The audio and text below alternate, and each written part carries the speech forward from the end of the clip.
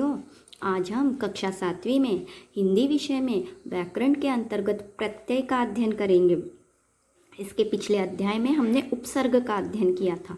तो आइए आज हम हिंदी में व्याकरण के अंतर्गत प्रत्यय का अध्ययन करेंगे। ये भी हमने कक्षा में पढ़े हैं, ठीक है, याद आ रहा है? तो आइए प्रत्यय की परिभाषा से मैं आपको अवगत कराती हूँ। शब्दों के अंत में लगकर उनके अर्थ में परिवर्तन करने वाले शब्दों को प्रत्यय कहते हैं। और सरल और सीधी भाषा में इसको मैं स्पष्ट कर देती हूँ।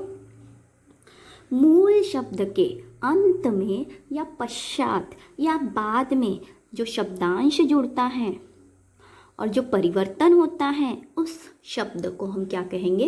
प्रत्यय। उदाहरण द्वारा समझते हैं। पढ़ा अधिक आई बराबर पढ़ाई। पढ़ जो है मूल शब्द है और इसके अंत में एक शब्दांश जुड़ा है। कौन सा?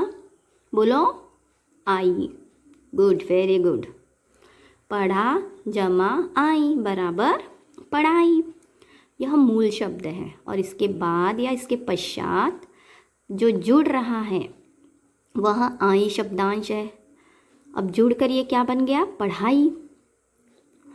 ठीक है, आगे देख। अधिक आ मतलब देखा। देख क्या है बच्चों? यहाँ पे मूल शब्द है। आगे अब हम प्रत्यय के प्रकार पढ़ेंगे। बोलिए बच्चों, प्रत्यय के कितने प्रकार हैं? प्रत्यय के 2 प्रकार हैं। एक है कृत प्रत्यय, दूसरा है तदधीत प्रत्यय। तो सबसे पहले बच्चों मैं आपको ना कृत प्रत्यय की परिभाषा से परिचित करवाती हूँ।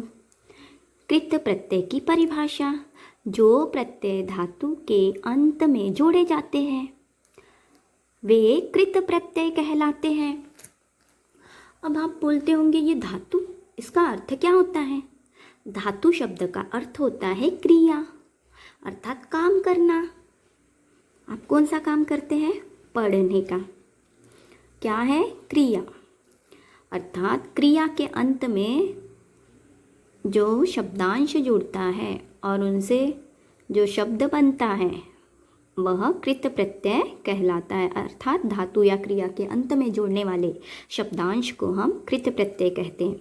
अब तदधीत प्रत्यय: जो प्रत्यय संज्ञा, सर्वनाम और विशेषण के अंत में जोड़े जाते हैं।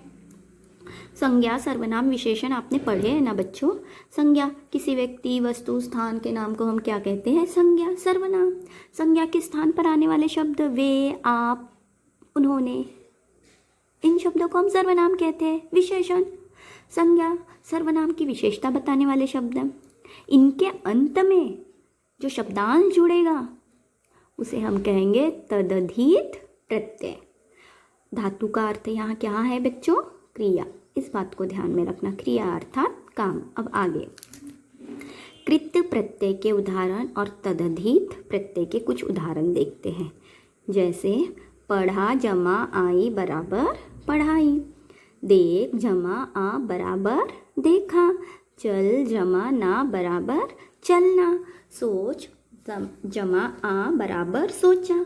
लिख जमा आई बराबर लिखाई। अब समझते हैं। कृत प्रत्यय की परिभाषा में हमने अध्ययन किया है कि धातु या क्रिया के अंत में, ठीक है, धातु का अर्थ ही क्रिया होता है। पढ़ा क्या है बेटा? क्रिया है, संज्ञा है, सर्वनाम है या विशेषण है? क्रिया। बहुत खूब पहचाना, बहुत अच्छे हो आप। देख क्रिया है, संज्ञा है, सर्वनाम है या विशेषण है? बहुत खूब, क्रिया।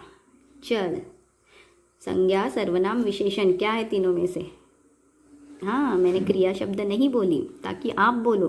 क्रिया है। सोच क्या है? संज्ञा है, सर्वनाम है, विशेषण है? यहाँ पर भी क्रिया शब्द नहीं बोली, मतलब सोचना भी एक क्रिया है।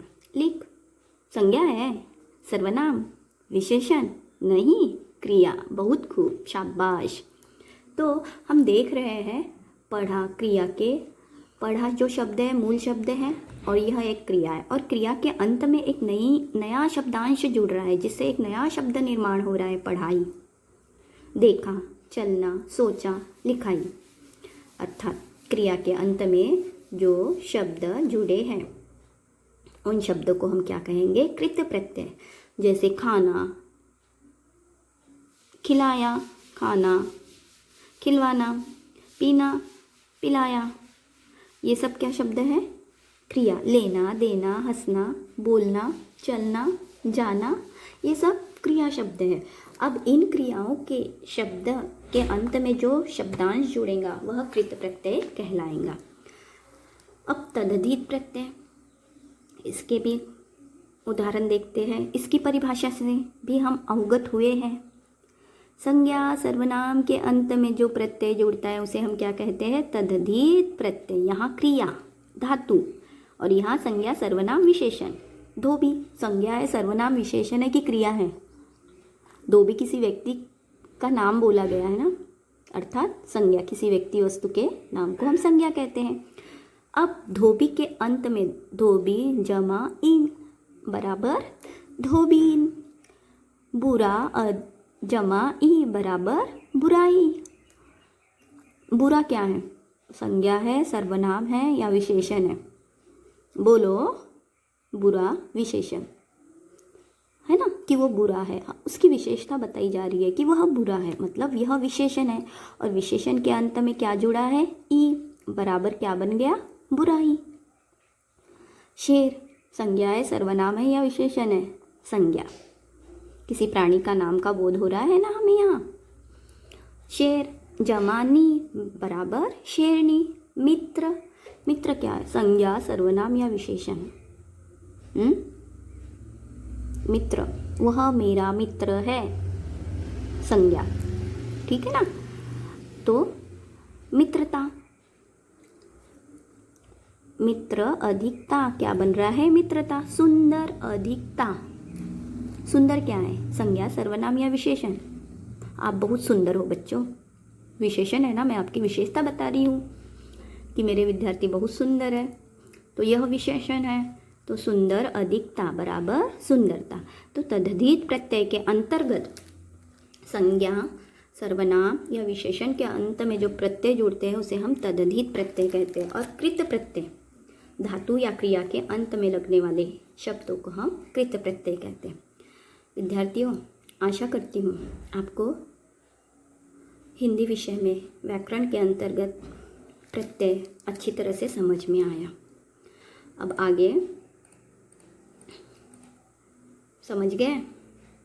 बोलिए, अब क्या आने वाला है? गृहपाठ। बहुत खूब पहचाना। आपको गृहपाठ करना है। प्रश्न पहला, प्रत्यय के कितने प्रकार हैं? पढ़े ही है हमने। प्रश्न दूसरा, प्रत्यय के 10 उदाहरण लिखिए। अब 10 उदाहरण आप कौन से लिखेंगे? कृत प्रत्यय के 5 और तदधित प्रत्यय के 5। बच्चों, उपसर्ग और प्रत्यय हमने पढ़े। ये अध्याय यहीं समाप्त होता है। एक नए पाठ के साथ मैं आपसे पुनः मिलने आती हूँ। अब मैं आपसे विदा लेती हूँ। धन्यवाद।